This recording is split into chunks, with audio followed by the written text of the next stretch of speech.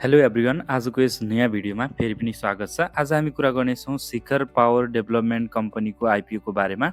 यसको आइपिओ बाँडफाँड कहिलेसम्म हुँदैछ, कतिजनालाई पर्ने छ र यसको ओपनिङ रेन्ज चाहिँ सेकेन्डरी मार्केटमा कतिदेखि कतिको बिचमा चाहिँ कारोबार हुनसक्छ, यसको इपिएस कति छ, सम्पूर्ण कुरा आजको यस छोटो भिडियोमा बुझ्नेछौँ।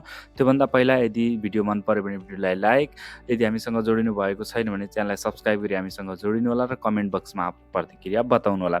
साथीहरू, यस आइपिओमा चाहिँ अत्याधिक डिमान्ड परेको हुनाले चाहिँ यसको आइपिओ बाँडफाँड हुँदाखेरि लक्की ड्रोको माध्यमबाट नै बाँडफाँड हुने सुनिश्चित भइसकेको छ र यसमा चाहिँ जम्मा 27,67,114 जना एप्लिकेन्ट्सहरूले चाहिँ यसको आइपिओमा आवेदन दिनुभएको थियो। भनेपछि 100% यसको आइपिओ चाहिँ लक्की ड्रो माध्यमबाट नै बाँडफाँड हुने रहेको छ।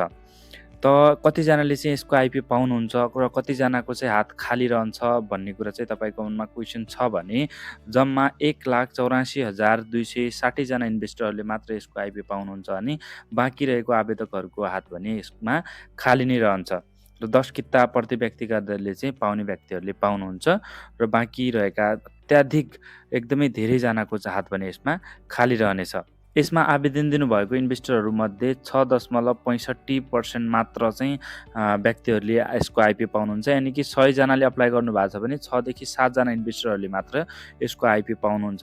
अरूको हात भने खाली नै रहनेछ। अब कुरा गरौँ इपिएस यानि कि अर्निङ पर सेयरको, अर्थात् यसको एक किता सेयरले चाहिँ कति रुपियाँ कमाएर दिन सक्ने चान्स रहेको छ त। कम्पनीको हाल इपिएस चाहिँ 4.90 रहेको छ।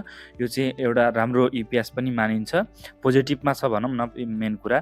र हाइड्रो पावर प्रोजेक्ट फुल्ली अपरेसनमा आइसकेपछि चाहिँ फ्युचर प्रफिट चाहिँ अझ यसको बढ्ने भएको हुनाले चाहिँ इपिएस अझै बढ्ने र ग्रोथको सम्भावना चाहिँ एकदमै रहेको छ। अब मेन कुरा यसको ओपनिङ रेन्ज कति हुन्छ त। आइपिओ सेकेन्डरी मार्केटमा कारोबार हुन थालिसकेपछि चाहिँ 100 रुपियाँमा चाहिँ हामीले आवेदन दियौँ, 106 रुपियाँ चाहिँ यसको नेटवर्थ पर सेयर रहेको छ। यानि कि यसमा चाहिँ हामीलाई घाटा हुने चान्स एकदमै कम रहेको छ। र नेप्सीमा चाहिँ यसको अनुमानित 106 रुपियाँदेखि लिएर चाहिँ 318 रुपियाँको बिचमा चाहिँ पहिलो कारोबार चाहिँ नेप्सीमा हुने देखिन्छ। शिखर पावर डेभलपमेन्ट लिमिटेडको आइपिओ चाहिँ बाँडफाँड मिति तय भइसकेको छ। साथीहरू, बिक्री प्रबन्धक ग्लोबल आइएमई क्यापिटलले जानकारी दिए अनुसार चैत्र 3 गते चाहिँ मङ्गलबार बिहान 9 बजेदेखि 10 बजेको बिचमा चाहिँ यसको आइपिओ बाँडफाँड हुन्छ। तपाईँहरूले यसको आइपिओ सिडिएससीको पोर्टलबाट वा मेरो सेयर मार्फत चाहिँ चेक गर्न सक्नुहुनेछ। र यस्तै खाली अपडेट भिडियोको लागि च्यानललाई सब्सक्राइब गर्न नभुल्नुहोला।